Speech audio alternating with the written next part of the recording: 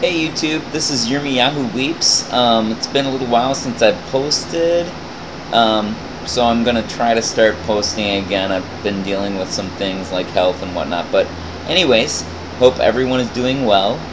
And I'm going to start off with Mizmor Shelosh, or Melody 3, or what's commonly called Psalm 3. So I'm just going to start off. Mizmor Shelosh, it means Melody 3. A Mizmor of David. Mizmor means melody, David means beloved. When he fled from Abishalom, more commonly known as Absalom, I think, but Abishalom means my father is peaceful wholeness. O Yahweh, how numerous are my enemies. Many rise up against me. Many are saying about me, there is no deliverance for him in Elohim. And that word for deliverance is Yeshua.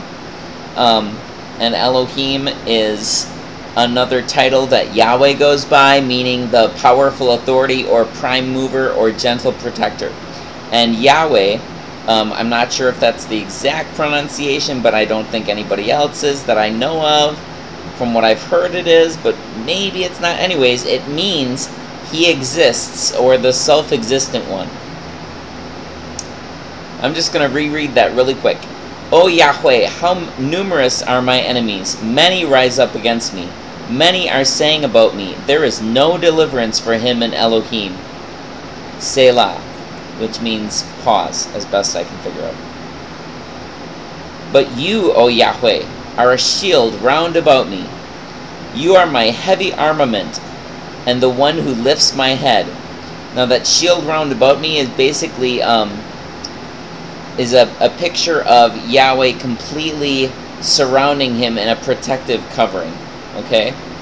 And saying that the heavy armament is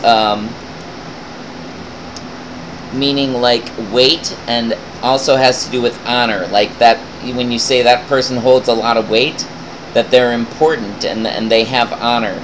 But the word actually means like a heavy armament. And the one who lifts my head can also be translated as who restores me, strengthens me in difficulty. To Yahweh I cried out, and he answered me from his separate mountain. Selah, which means pause. I rested and slept. I awoke, for Yahweh supports, sustains, and protects me. I am not afraid of the multitude of troops who, all surrounding me, take a stand against me. Rise up, O Yahweh! Deliver me, O my Elohim! For truly, you struck all my enemies on the jaw. You broke the teeth of the wicked. And that, when he says you struck all my enemies and you broke, it's past tense, because it hasn't yet taken place, but he's saying it past tense because that's how sure he is of it happening. It's a note of confidence. So even though it hasn't happened yet, it's a note of confidence saying that he's positive that it's going to take place. To Yahweh is deliverance. Upon your people is your kneeling and gifting. Okay, some notes I have on that are that this is the first Tehillah out of 13 with references to David's life, and the others include Tehillim 3 and 7 and 18, 34, 51 through 52, 54, 56 through 57, 59 through 60, 63, and 142. So those are the Tehillim, or Psalms, that have references to David's life.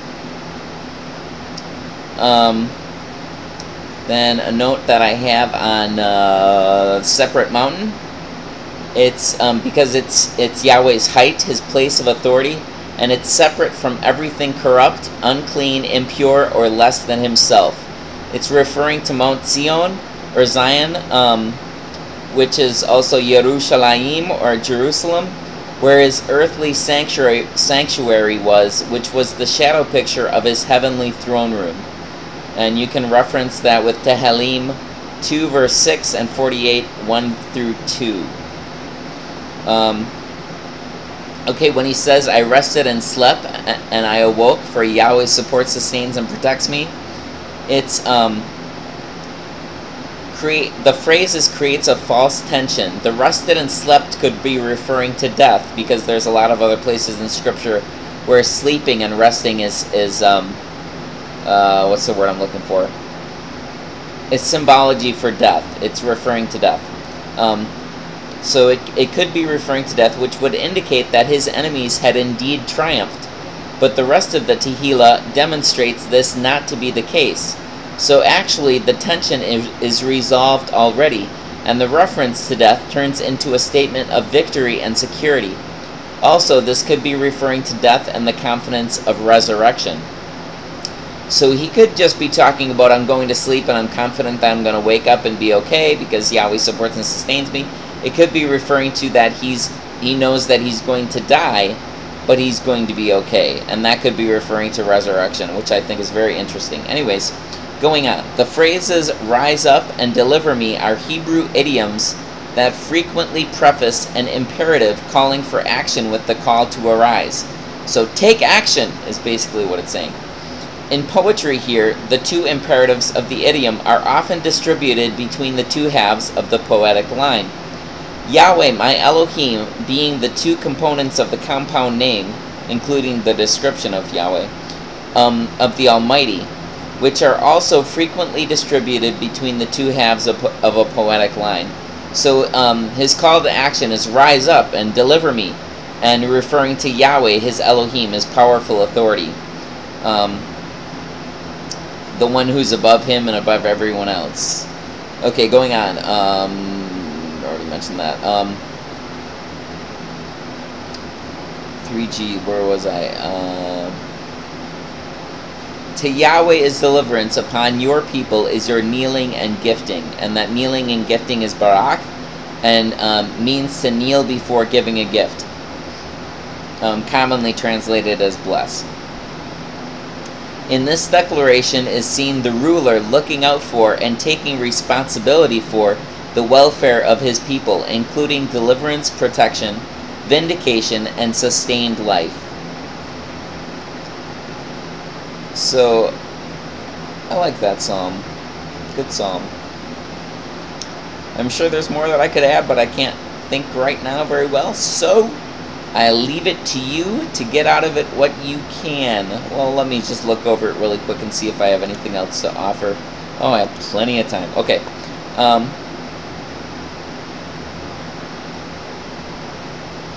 He's crying out. He's in a place where others see no hope for him. He's stating confidence in Yahweh, that Yahweh's protecting him all the way around. Yahweh's covering him completely, securely. It's very beautiful. Then the possible reference to death and resurrection, and restating his confidence in Yahweh protecting him, even though enemies and what is against him is completely surrounding him. He's completely surrounded. Completely surrounded. And he's stating confidence in Yahweh protecting him, even though he's completely surrounded by enemies and what is against him. And then he's calling out to Yahweh for action.